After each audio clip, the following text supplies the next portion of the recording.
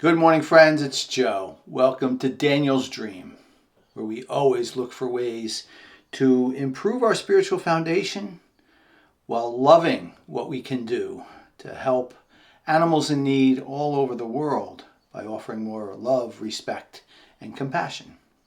Today's Sunday, August the 2nd, and I hope you're doing well on this Sunday morning.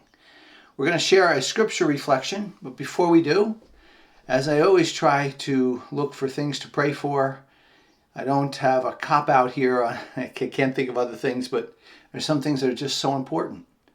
So let's continue to pray for peace in the world, starting with the peace in our own hearts.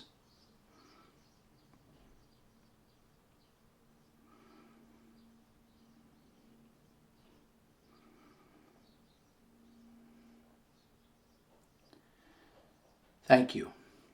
With that, I will ask you to quiet your minds and hearts as we prepare to hear today's gospel, which is from St. Matthew chapter 14, verses 13 to 21. When Jesus heard of the death of John the Baptist, he withdrew in a boat to a deserted place by himself. The crowds heard of this and followed him on foot from their towns. When he disembarked, he saw the crowd. His heart was moved with pity for them, and he cured their sick. When it was evening, the disciples approached him and said, "This is a deserted place. It is already late. Dismiss the crowd so that they can go to the villages and buy food for themselves." Jesus said to them, "There is no need for them to go away. Give them some food yourselves." But they said to him, 5 loaves and 2 fish are all we have." Then he said, "Bring them here to me." And he ordered the crowds to sit down on the grass. Taking the 5 loaves and the 2 fish, looking up to heaven, he said the blessing, broke the loaves, and gave them to the disciples, who in turn gave them to the crowds.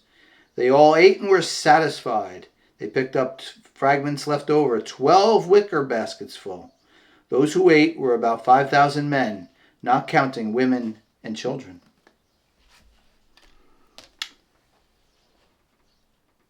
There are 2 points about this gospel that I've made before that I'd like to offer again to reinforce them and to set a stage for what I think is a very good topic to think about as we see Jesus feeding the multitudes.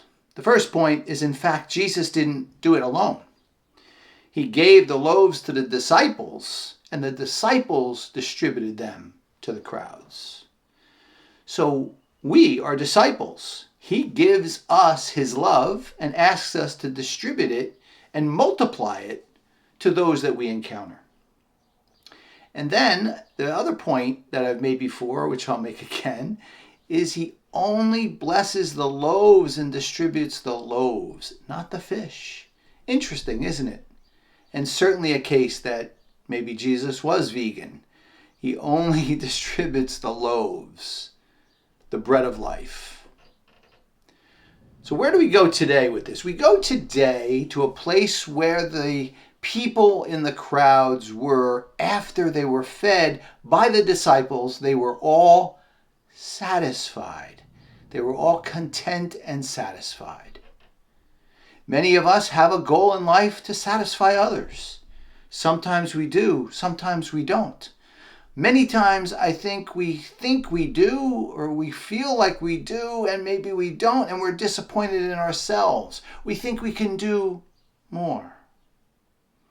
My friends, it comes down to a very important point that really kind of parallels what I'm working on now on my martial arts training, which is to continue to fortify internal energy, not external energy, in my daily prayers and life.